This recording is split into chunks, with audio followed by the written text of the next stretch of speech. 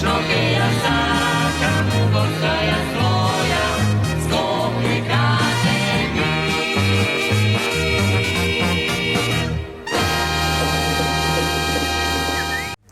Градоначалникот на општина Газибаба Бобан Стевковски денеска информираше дека општината објавува јавен повик за субвенционирање на граѓаните за вградување уреди за течен газ, метан или друг вид на алтернативно гориво по возилата за 2026 година.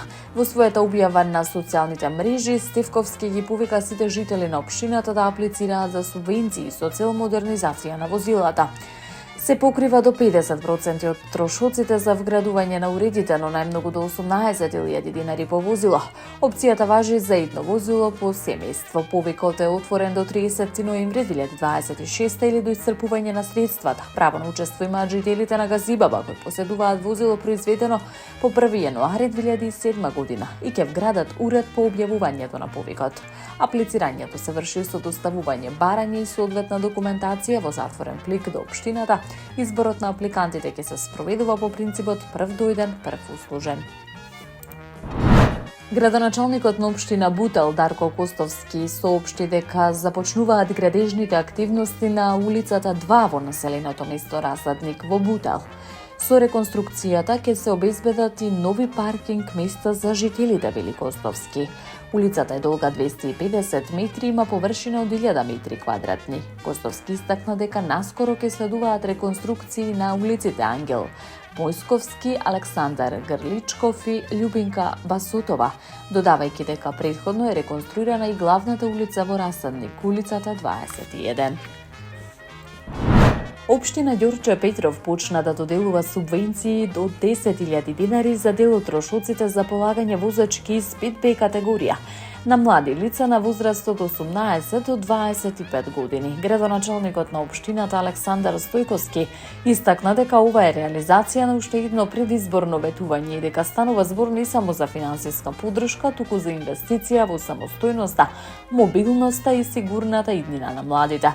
Стојковски додаде дека во време кога секој трошок е значаен, општината застанува рамо до рамо со младите, продолжувајќи со политики кои носат реална поддршка и вистинска грижа. Градоначалникот на општина Аеродром Дејан Митевски информираше дека заедно со заменик министерот за социјална политика, демографија и млади Ѓоко Вилковски извршиле увид во завршната фаза од изградбата на новиот објект Изворче во Стар Аеродром во рамките на детската градинка Стрничка. Станува збор за капитален проект од големо значење за овој дел од општината, каде што живеат многу млади семејства. Со доградбата и надградбата на објектот, изграден во 70-тите години преку изградба на ново приземје, еден кат со вкупна површина од околу 1600 метри квадратни, како што посочи Митевски, се создава простор што носи сигурност за родителите и безбеден почеток за најмладите. Проектот е вреден околу 120 милиони динари и представува заедничка инвестиција на владата и општината. Со новиот објект ќе се овозможи изгрижување на повеќе од 200 деца, што значително ќе придонесе за намалување на листите за чекање за упис. Просторот ќе располага со 12 современи занимални и сите неопходни содржини за обезбедување услови за правилен раст и развој на децата.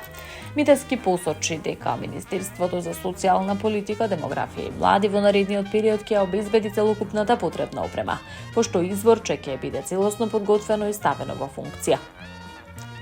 Општина Аеродром продолжува посветено да инвестира во иднината затоа што секоја детска насмевка е најголемата вредност на нашата заедница, порача Митевски.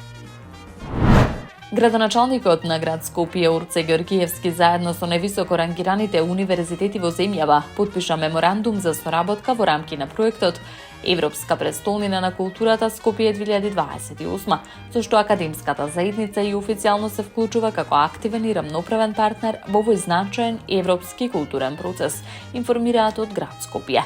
Со меморандумот се потврдува европската ориентација на универзитетите и нивната улога како двигатели на знаење, креативност и иновации, како и нивната општествена одговорност за развојот на заедницата.